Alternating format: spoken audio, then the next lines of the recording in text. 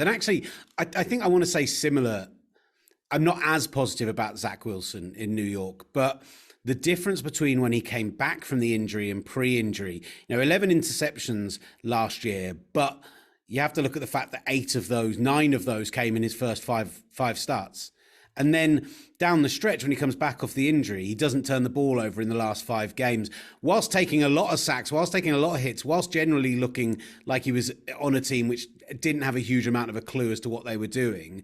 He managed to keep his eyes downfield. He managed to protect the ball a lot better later in the season. It's a small thing, but it could be a huge thing for this year now that they have beefed up the offensive line a lot. Now that right now they look healthy going into the year. Who knows how that could look when we get to day one. But he's a guy who I think people are pretty down on outside of New York after year one. And actually, the steady improvement across the year made me think that there's that possibility for a jump. Well, I'm just not in on the Zach Wilson thing. I don't want to jump on anyone. It was just that half of the year where he gets a bit better after the injury. The offense was so constipated. It was a hide our quarterback. Let's just get to next year's setup.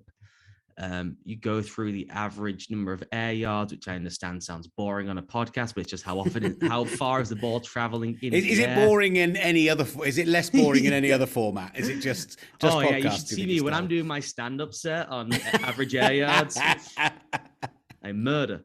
If you look at that, how far is he consistently throwing the ball down the field? The only players who have had worse averages than him in their rookie season is Josh Rosen, Brett Hundley, Deshaun Kaiser, Jared Goff, Blake Bortles, Blaine Gabbert, and Jimmy Clausen. The NFL figures out really quickly if you are terrible or not.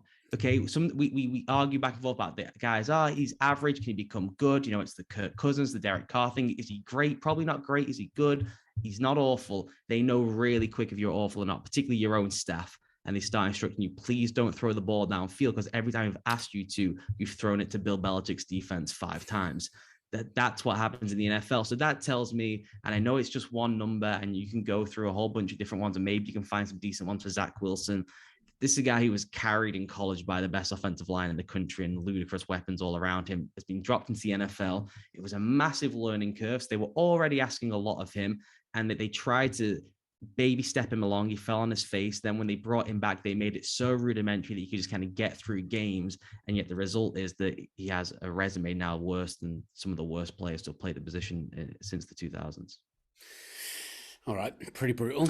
I will say, I'll agree with you on, it's similar to the Goff point we were making before, right? Where they couldn't have incubated him any better. That line is excellent.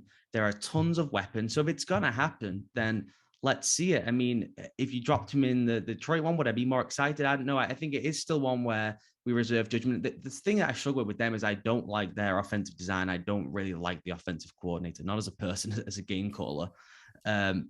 Whereas I do like what they do in Detroit. So that's a tricky one for me. I think if you dropped him in the Doug Peterson system and he just had that slingshot release, right, and he's just ripping it to Garrett Wilson, all those guys, and it's RPO centric, I'd be all in. I'd be like, that's fun. You might be bad, but we'll have a good time. Trying to stick him in the wide zone, then boot, reset his feet, rescan the field. It just makes no sense for what he's shown so far.